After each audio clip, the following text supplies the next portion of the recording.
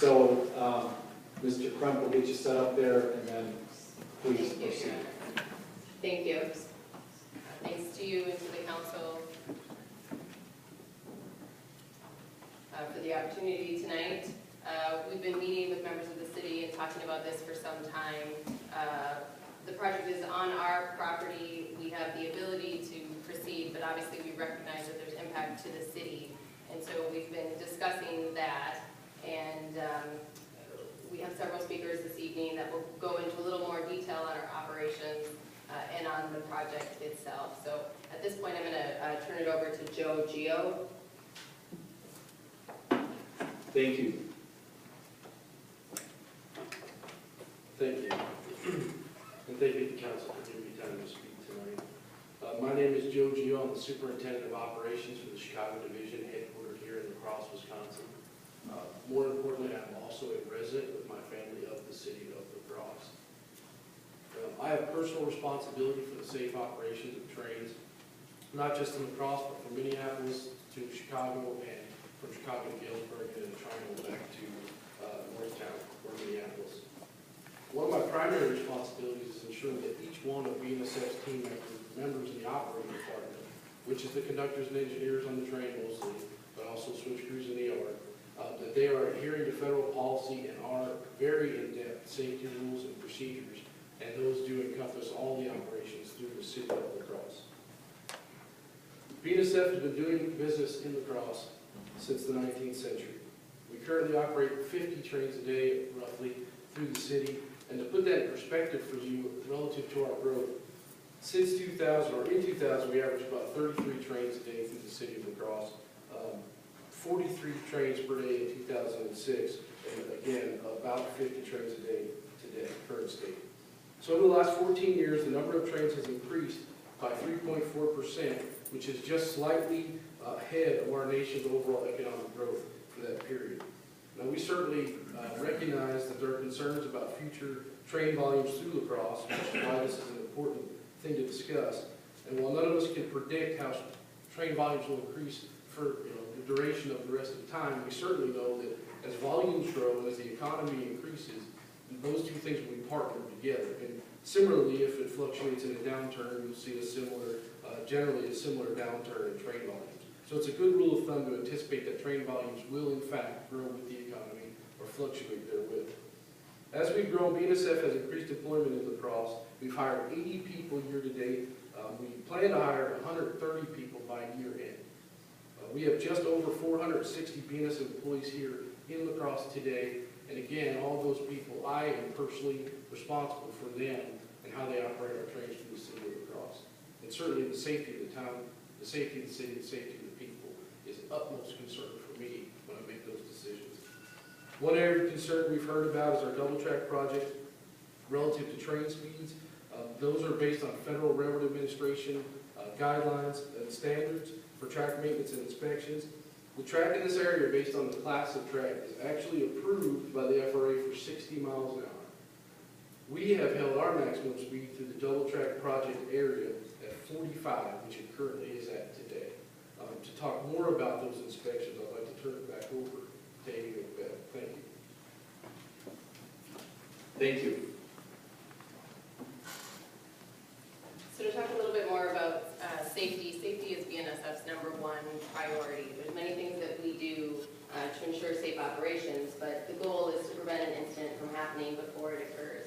One of the key ways that we do that is through our track inspection process. Our programs are more rigorous than what the Federal Railroad Administration requires. That means that tracks here in La Crosse are inspected 4 times a week. We have trained track inspectors. That's their job and their territory that they inspect. We use state-of-the-art technology from rail detector cars that look at internal flaws or potential internal flaws to a geometry car that looks at the alignment and the track profile. Those geometry cars would be through La Crosse about 3 times a year. The rail detector cars are here about once every 6 weeks or so. In addition to that technology, we have rail detectors along the tracks, which look for potential defects in equipment. If there's a hot wheel or a surface defect on a wheel or dragging equipment, we have those stationed throughout the route here, and it helps alert us to a potential problem long before something would happen.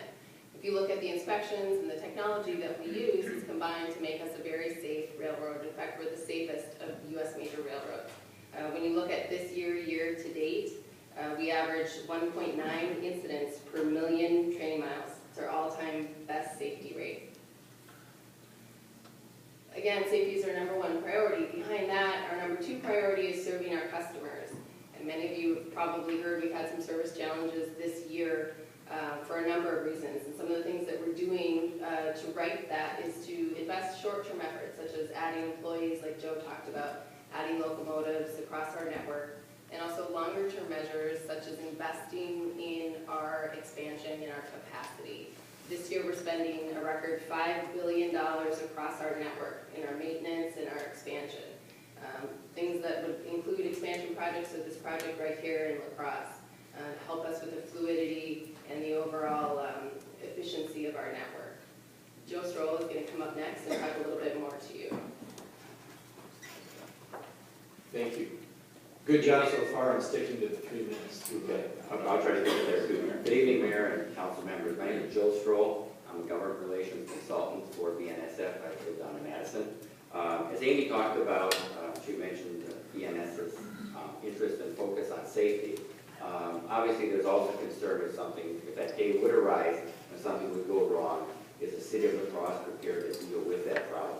It's obviously something that you care about. It's something that the fire department, the police department care about, and certainly the citizens of La Crosse care about it. Back at that April meeting we heard of the citizens group, they ranked the issues that they're most concerned with as it relates to BNSF putting in a second track. Of the 22 issues they identified as having concerns with, the number one issue was the preparedness of the fire department in La Crosse to respond to emergency.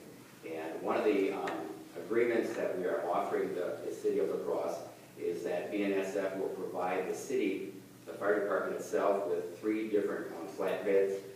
One will contain the equipment for, one will be a foam trailer to deal with possible fires, to deal with possible spills in the wetland. The BNSF will provide 2 boom trailers.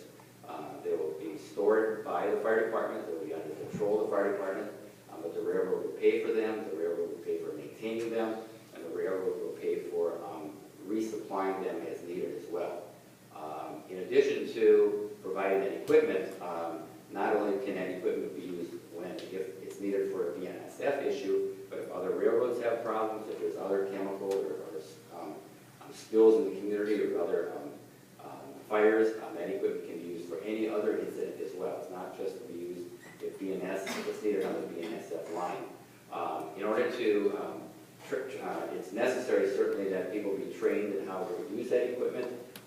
BNSF is offering to send over 50 of your firefighters over a 3-year period to 2 different national academies and teaching them how to not only use that equipment but respond to emergencies if they could occur.